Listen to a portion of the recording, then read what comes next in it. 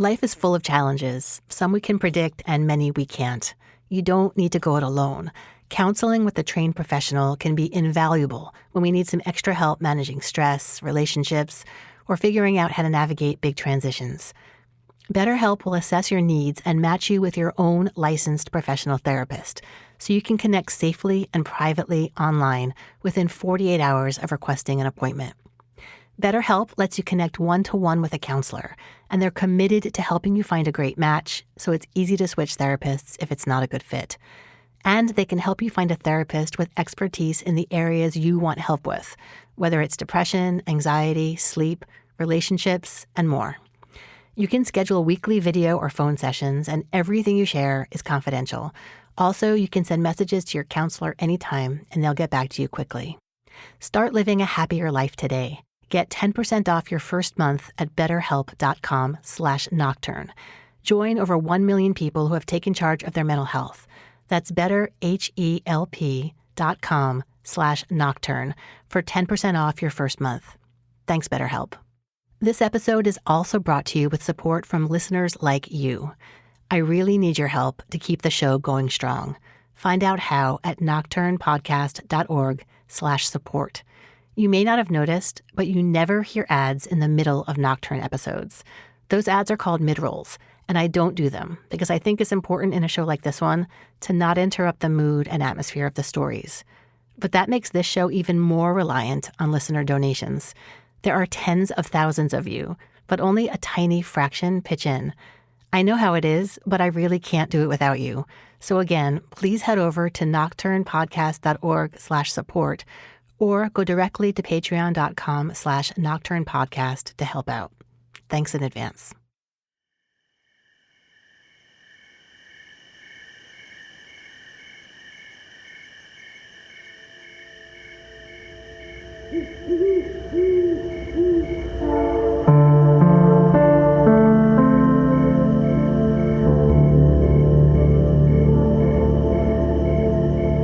You're listening to Nocturne.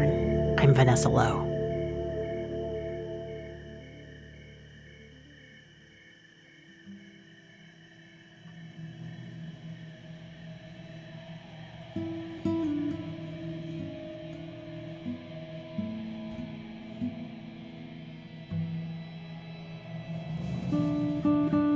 Usually when I would feel the panic start, my heart starts racing. It starts very slowly and then builds and builds and builds. And my body gets very tense and very, very hot really fast. And I have to clench my fists almost. It's like a burst of energy all at once that you can't get out of. And most of the times panic attacks would happen when I would be in a crowd or a group of people that I knew I couldn't quickly get away from. So some examples of that would be in the pews at church during a quiet moment, or on a bus or a plane. The anxiety doesn't come from being in a group of people. It comes from me knowing that should something happen, I won't be able to privately help myself. And instead it will become a public moment. My name is Grace Usselman. I'm 19 years old. The panic attacks that Grace describes were happening as early as 9 years old. She didn't have a name for what was going on and assumed that she was alone in experiencing these uncontrollable episodes. So starting from a very young age, it was clear to me at least that the way I would react to pretty much any situation was very heightened compared to my friends. And I was kind of made fun of very playfully by my family and close friends because I would cry all the time about anything, and just my reactions were very emotional to most anything. Especially when I was a young child. My mom even now tells me the story where we would go to church and they would play Silent Night on piano. And even from a few months after being born, I would instantly start crying. Anytime Silent Night was played anywhere, I would just bawl. I really don't know what about that song in particular, no pun intended, strikes a chord with me. Even today, if I have to mentally prepare myself to hear that song because it is such an emotional piece of music for me. And I don't know why. And as I grew up, it became more and more overwhelming to deal with my emotional response to the situations I was in. So in elementary school, I started developing separation anxiety, which is very normal for young children. And my mother works and my father is and was a stay-at-home dad. So I would spend a lot of time with him. So whenever I was away from him for extended periods of time, I would become very overwhelmed and stressed and usually cry as a result of that. I had a lot of feelings all the time. Not surprisingly, the older Grace got, the more of a problem this anxiety became. In elementary and even into middle school, we would go on field trips. Usually when I was younger, it was just day trips. And then as I got older, they were, one night, overnight trips and then into week-long trips. And I would get very anxious right before we would leave, the night before, the day before, especially if I knew that my dad or somebody that I knew as an adult wasn't going to be there. I would immediately panic over the thought of what might happen to me, if I would get sick, if I would get lost, if something bad would happen and I would have to witness it. Very dark and overwhelming thoughts that a young child really shouldn't be thinking about just obsessively in terms of like terror. I guess terror would be the word for it. It's just being scared all the time of everything. Grace's Irish Catholic parents figured she would grow out of her anxieties. They favored prayer over any kind of therapy to aid her in overcoming them. I think for the most part, they did think it was just a kid being a kid, and especially the stereotype of a young girl being emotional. And at the time, it didn't seem like something that needed treatment to them. And I think that is due a lot to the fact that I was a young child and wasn't necessarily sure how to explain my feelings appropriately, especially when they were as overwhelming as they were. I didn't know the right words to explain how truly daunting they were to me. But as I grew up a little bit more, I think my family started to notice how deep those internal fears, that anxiety was running through me. And they decided that I should maybe participate in something that would help that or kind of challenge me in that way. And I do think that was rooted in a place of love and of wanting me to heal from this wound and to fight this battle.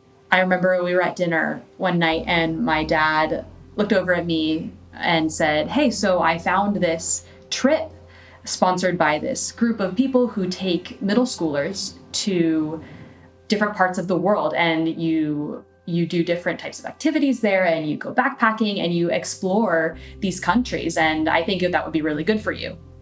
Grace's parents were keen on 3-week trips to China, France, or South America, which were basically unthinkable to her. They settled on a 2-week backpacking trip in Western Canada. I said, sure, I guess I'd be interested in it because I knew I was 12 years old. I knew that I was starting to get to the age where it was starting to not be a normal reaction or a normal feeling to have. And I went to bed that night and laid down and thought to myself, this would be a great opportunity for me to really learn my limits and work through it. And I was willing to try. So the trip departed June 8th. And I think we had put down all of my information and all the payments and whatnot in February or March.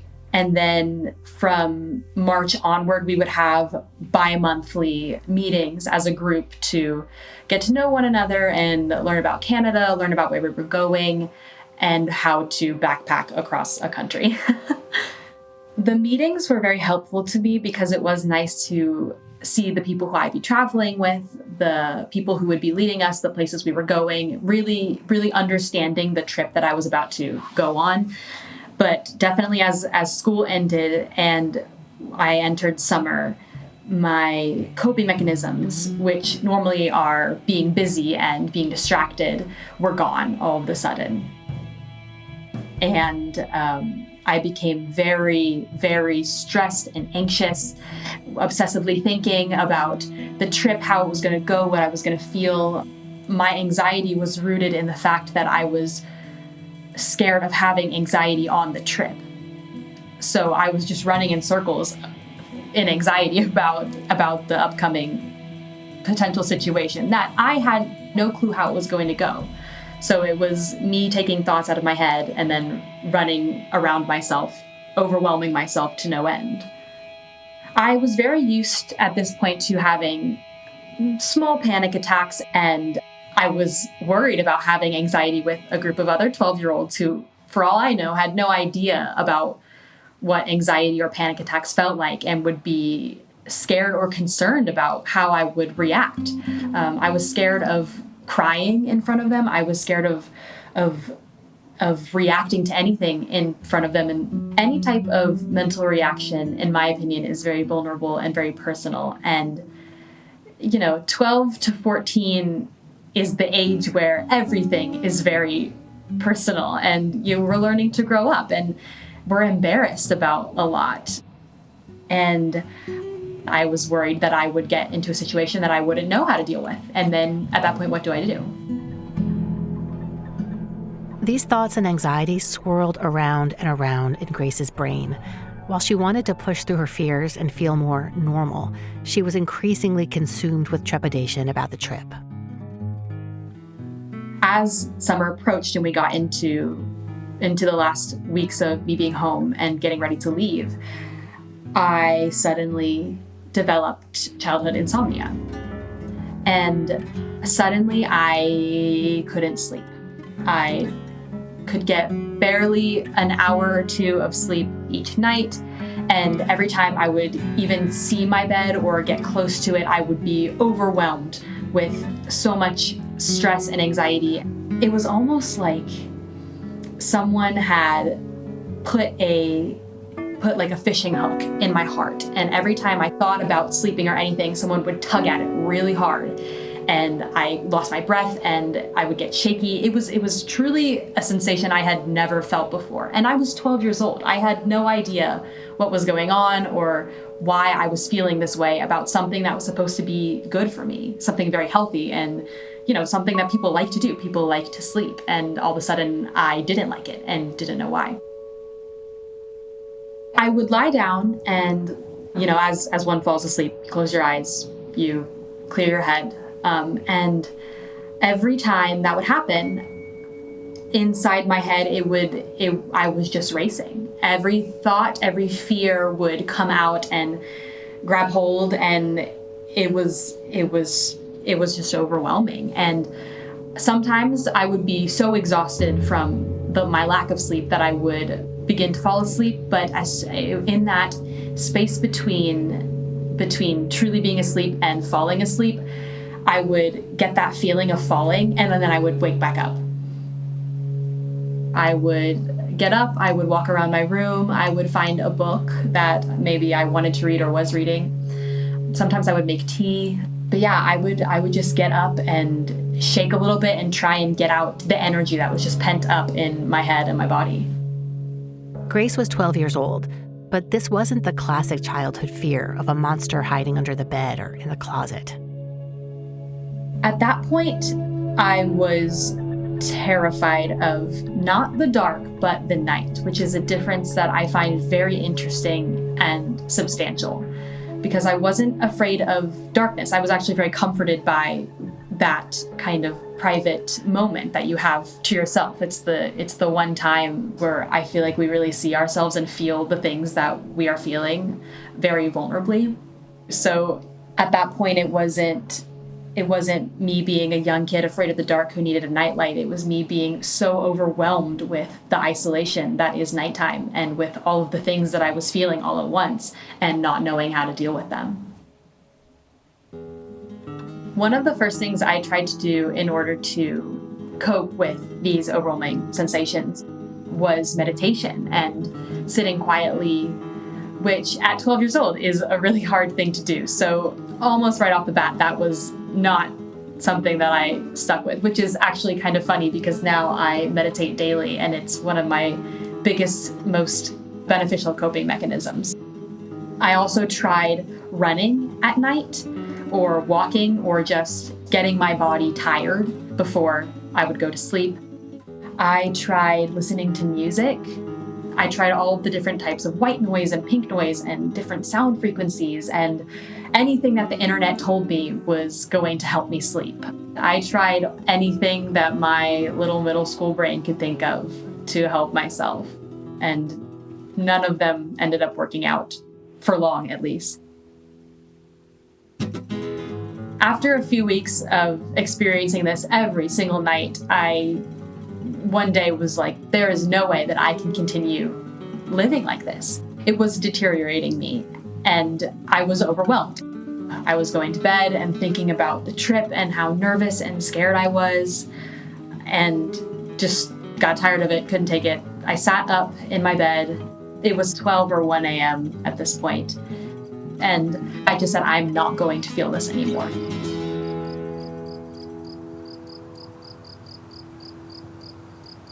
I just looked around my room, and at night, there's almost like a blanket around you. And sometimes that blanket is really suffocating, and sometimes it's like a warm hug. And at first, that was really suffocating. And I was looking around, and everything, the shadows around my room, everything was just overwhelming. It was scary. It was nighttime.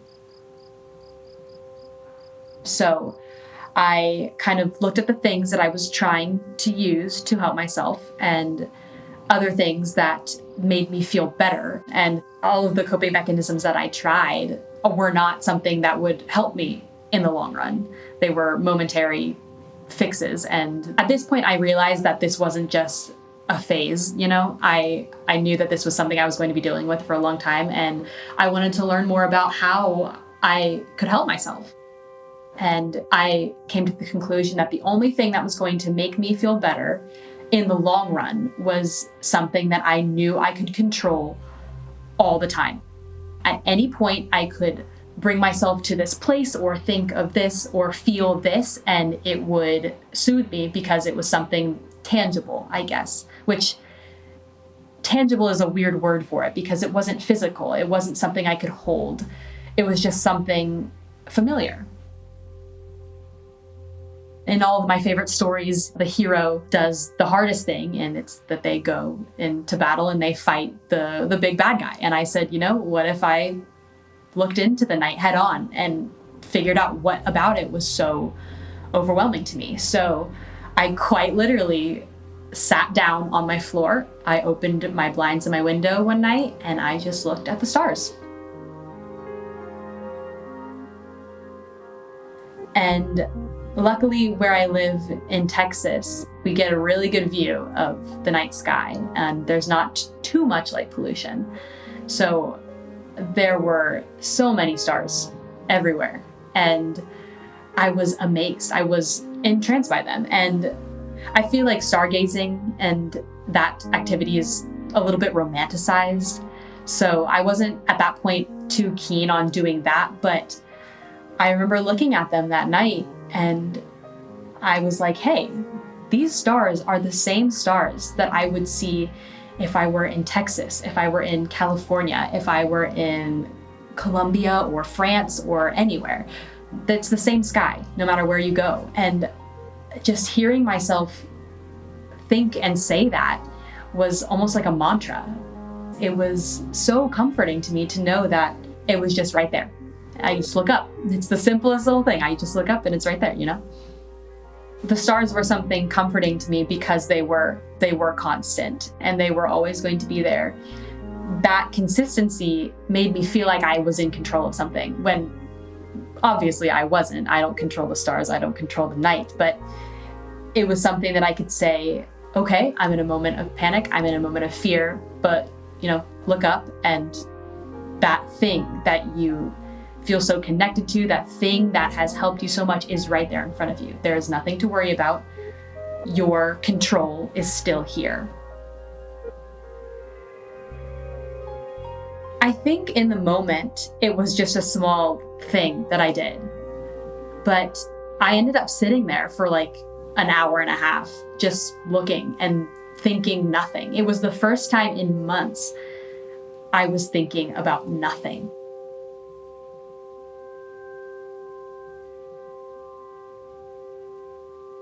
And it was so freeing to not have that dip in my heart or that ache in my body and the fear that would just control me at all times. It was such a freeing moment. And I didn't think much of it the rest of the day, but then the next night I came back and I did it again. And then the night after that, I grabbed an empty journal and wrote down the constellations that I could remember at that point, probably just Orion, Perseus, Ursa Major and Minor, and then looked for them.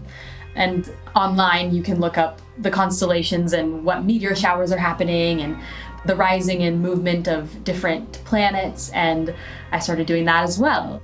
Grace's dad had gotten her and her sister a telescope the Christmas before. It was complicated and hard to use, but she pulled it out. I was like, there is nothing else that I'm doing at midnight and 1 a.m., so I might as well use this and figure out how to do it. Then I started really stargazing, and I moved from that window in my bedroom to out in my backyard or in the driveway, and I would just lay there for hours. And from one day to the next, the night was transformed. The night sky is terrifying to so many people because we know so little about it, and we learn more every single day.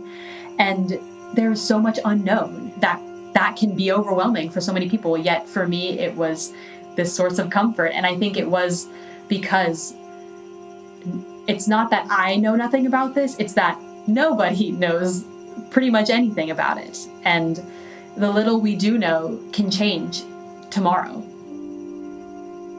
The night, which was something that used to be so suffocating and so overwhelming and just scared me. Once I learned that it wasn't something to be scared of at all, but rather something that felt like it was there to comfort me for the purpose of me taking a breath.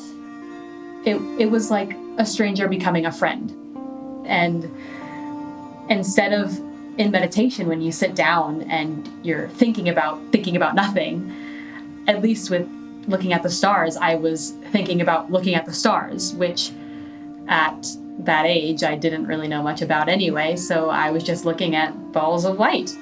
They were there, and I didn't need to do anything with them. Nothing that I thought or said or did was going to change the fact that those balls of light were right in front of me and burning endlessly until they disappear. That's what they do, and they will do that until the end of time. And I think that's beautiful that me, 12-year-old girl in the modern world, sitting down and looking at the stars, where people all throughout history have done the exact same thing, just sat at the window and looked at the stars. The same stars, too, the exact same ones. Isn't it funny how the slightest shift in perspective can change virtually everything? For Grace, in the midst of fear and isolation, it only took a small movement and the shift of her gaze to feel a deeper sense of connection than she even knew she could.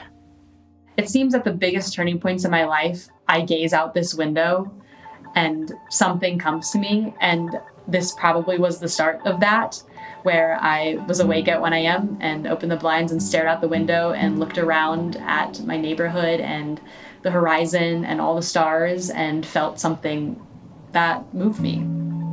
And now at 19, I still use the night sky as a source of comfort and as a reminder that I am human in both every terrifying way, but also in every beautiful fact that I get to live on this planet and I get to live and breathe alongside billions of other people. Grace's anxiety didn't vanish, of course. She was still a human girl on the cusp of scary new things. I was overwhelmed up until the day before my very last day home. My very last day home, I slept all day and night. I slept the whole time. And I think my brain was finally like, we cannot do this anymore. You need to rest so that we can prepare ourselves for what is about to happen and change your life. She was overwhelmed, but not terrified. She had found more than a new connection with the stars outside her window. That realization allowed me not only a window into discovery of the universe and the solar system, but also gave me some perspective, because my fears and the anxieties that I was feeling are just human reactions. They are natural human nature, and that isn't something to be feared. And once I gained that perspective, I was able to find so much peace. She found peace, and she found freedom. I got on the plane and I was feeling good, and we landed and I was feeling good, and the whole trip was an incredible experience. It is one of my fondest memories. One night we were camping in Banff, and I woke up and I remember smiling to myself because I wasn't anxious, I wasn't scared, and I was in a foreign country sleeping in the vast valleys of the nearby mountains. And I remember getting up and leaving the tent, and I did exactly what I did at home, and I sat down in the grass and I looked at the stars, and I just couldn't stop smiling. I couldn't stop smiling because I'd done it. I had unlocked what I had been trying to for so long, and I didn't have to fear anymore.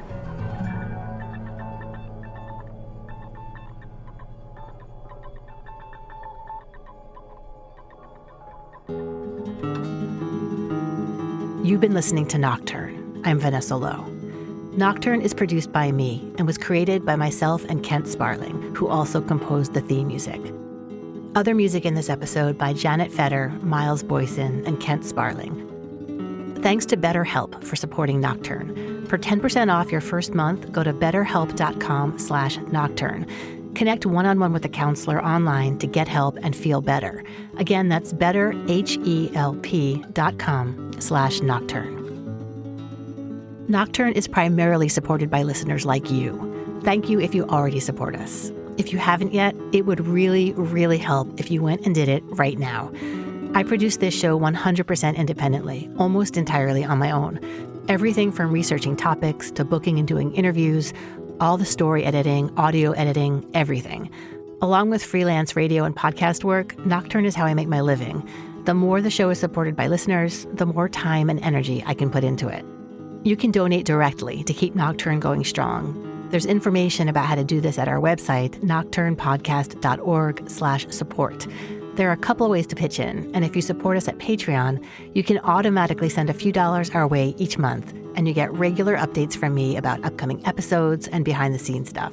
You can also get other perks like personalized videos when you join, bonus episodes, and a signed postcard in the mail.